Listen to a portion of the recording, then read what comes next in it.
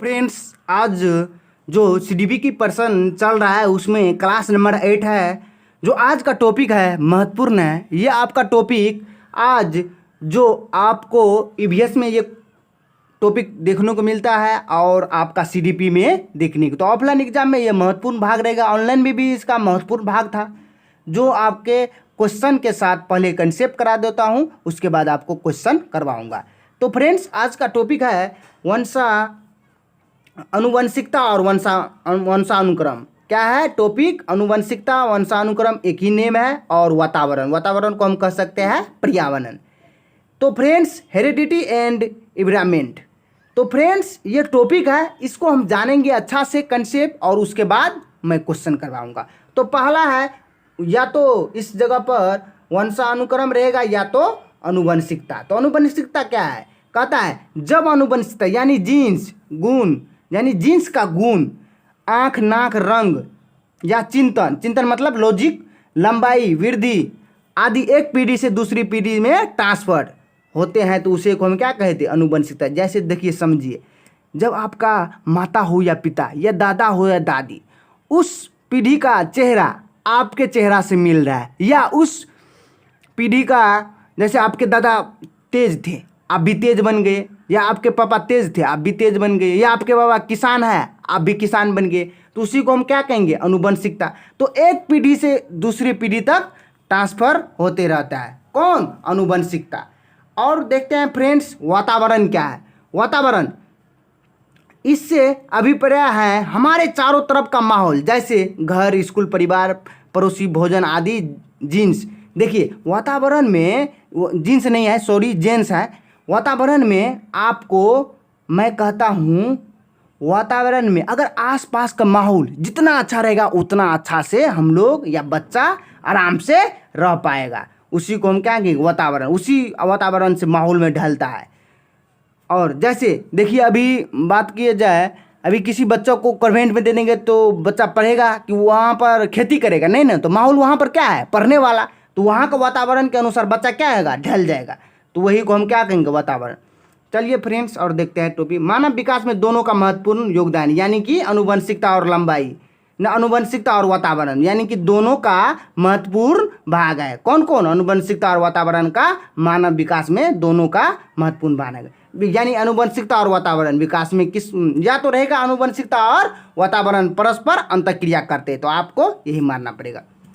अनुवंशिकता को सामाजिक संरचना में स्थिर माना जाता है। क्या माना जाता है? स्थिर। यही पॉइंट आपके एग्जाम में पूछा जाता है। वातावरण को सामाजिक संरचना में गयात्मक माना जाता है। क्या माना जाता है? गयात्मक, यानी गतिक माना जाता है। चलिए देखते हैं और महत्वपूर्ण पॉइंट कहता है लिंग निर्धारण, यानी लिंग निर्धारण, यानी लिंग निर्धारण में लड़कों में XY रहता है, लड़कियों में क्या रहता है? XX। लड़कियों में क्या रहता है? XX। लड़कियों में क्या रहता है? X। तो लिंग निर्धारण यानी सेक्स डिटर्मिनेशन, डिटर्मिनेशन में हम देखेंगे, सेक्स डिटर्मिनेशन में लड़कों में XY रहता है और लड़कियां में XY। लड़कों में XY, लड़कियां में XX। लड़कों में XY, लड़कियों में XX।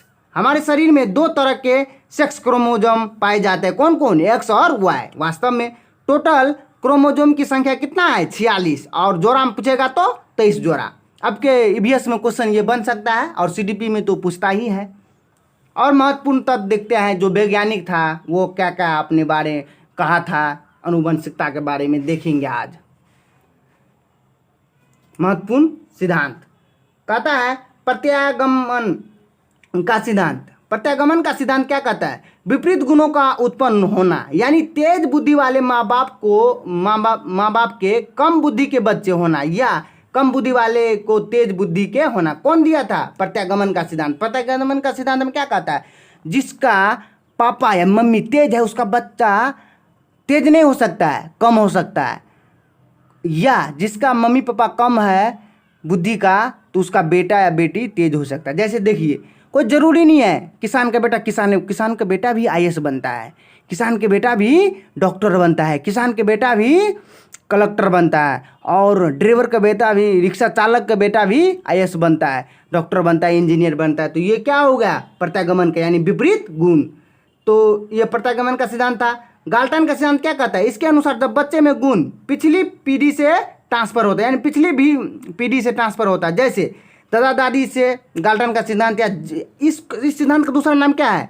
जीव गणना। जीव गणना आपके एग्जाम में पूछेगा, जीव गणना का सिद्धांत किससे संबंधित है? तो गाल्टन का सिद्धांत से।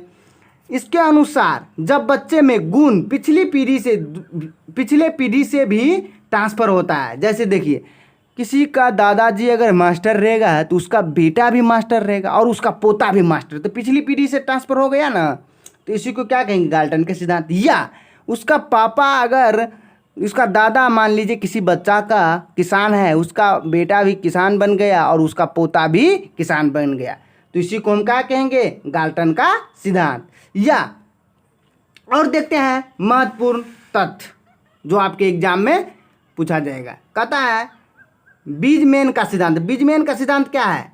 इसके अनुसार माता पिता से प्राप्त बीज कोष कभी खत्म नहीं होता है, यह एक पीढ़ी से दूसरी पीढ़ी से नियंत्रण चलता रहता है।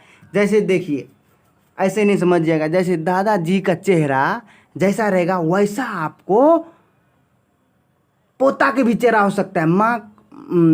उसके बाद पोता के, उसके बाद अपना बेटी के भी चेहरा वैसा ही हो जाए, तो उसी को हम क्या कि बीजमैन का सिद्धांत। या उसका बेटा का भी चेहरा अपने बाप जैसा हो जाए, उसका पोता का भी चेहरा अपने बाप जैसा, या उसका गुण जो है उसी गुण में, जैसे किसी बाप के या किसी दादा के तमसाने का आदत रहेगा तो उसका बेटा का क्या होगा? किसी छोटा छोटा बात पर तमसा जाएगा, उसका पोता भी क्या होगा? छोटा छोटा बात पर तमसा जाएगा। या किसी छोटे छोटे बात पर रूठना, जैसे उसका दादा रूठ गया तो उसका बेटा भी क्या करता है? थोड़ी छोटे छोटे बात पर रूठ जाता है, या उसका पोता भी क्या करता है? छोटे छोटे बात पर रूठ जाता है, तो उसी को हम क्या कहेंगे? बीजमैन का सिद्धांत। क्यों? एक पीढ़ी से चलता आ रहा है। देखते हैं कि गाँव घर में ऐसा ही होता है।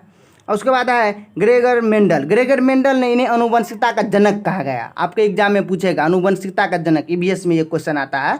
तो ग्रेगर मेंडल, इन्होंने कहा जाता, इन्होंने मटर के दानों पर प्रयोग करके आनुवंशिकता के नियम निर्धारित किया। किस पर किया? आनुवंशिकता, यानी आनुवंशिकता के नियम निर्धारित किया। कौन? ग्रेगर मेंडल में। तो फ्रेंड्स, ये था आपका महत्वपूर्ण जो आनुवंशिकता और वातावरण में जो तथ्य आपको है। और देखते हैं इससे रिलेटेड अब एग्जाम में क्वेश्चन किस प्रकार आता है। तो फ्रेंड्स, फर्स्ट क्वेश्चन है, निम्न में से कौन सा केवल वंशानुगत, यानी वंशानुगत मतलब आनुवंशिकता कारकों से निर्धारित होता है? आँख का रंग, समक्ष का स्तर, रुचि, भावात्मक मतलब संवेग। ये नहीं, भावात्मक मतलब नहीं होता है, ये वंशानुगत का ये लक्षण नहीं है। तो कौन है वो? आँखों का रंग। तो आपका राइट आंसर हो जाएगा फर्स्ट, एक का फर्स्ट। कहता है सेकेंड नंबर क्वेश्चन, बच्चे में व्यक्तिगत विभिन्नता को प्रमुख कारण क्या है? कैसे? केवल नहीं, केवल तो निगेटिव वर्ग है, केवल वंशानुगत नहीं, गुण नहीं, ये गुण नहीं, दोनों गुण रहे। केवल पालकों को पालन पोषण नहीं, दोनों रहना चाहिए। आनुवंशिकता और पर्यावरण कारकों के बीच परस्पर जटिल अंतःक्रिया, ये आपका राइट, ये आपका महत्वपूर्ण है भाग। क्या है? आनुवंशिकता और पर्यावरण कारकों के बीच परस्पर जटिल अंतःक्रिया करता है। कौन? दो, आपका 2 का 3 नंबर। केवल बच्चों, तो केवल आपका निगेटिव है, तो ये नहीं होगा। चलिए देखते हैं और महत्वपूर्ण क्वेश्चन, लास्ट क्वेश्चन देखते हैं। आनुवंशिकता को सामाजिक संरचना माना गया। कौन माना गया? गौण माना गया, गयात्मक माना गया, स्थिर माना गया? नहीं। प्राथमिक माना गया? नहीं गौण माना गया, न गयात्मक माना गया, स्थिर माना गया। क्या माना गया? स्थिर। मैंने ये पॉइंट लिखा दिया है। और पर्यावरण का क्या माना गया? सामाजिक संरचना गयात्मक माना गया। क्या माना गया? गयात्मक। अगर पर्यावरण रहता तो इसमें क्या लगाते? वातावरण या पर्यावरण रहता तो कौन चीज़ लगाते? तो गयात्मक। तो फ्रेंड्स, 3 का आंसर आपका 3 हुआ, 3 है। तो फ्रेंड्स, आज वंशानुक्रम और वातावरण दोनों टॉपिक के आसान से मैंने ख़त्म कर दिया, और इससे बाहर आपके एग्ज़ाम में, स्टेट के एग्ज़ाम में इससे बाहर क्वेश्चन आपको नहीं पूछा जाएगा इस टॉपिक से अगर आएगा तो फ्रेंड्स, धन्यवाद। मिलते हैं अगले वीडियो में। तब तक आप चैनल को सब्सक्राइब नहीं किए तो सब्सक्राइब कर लीजिए, लाइक कर लीजिए, शेयर कर लीजिए। तो फ्रेंड्स, धन्यवाद। जय हिंद, जय भारत।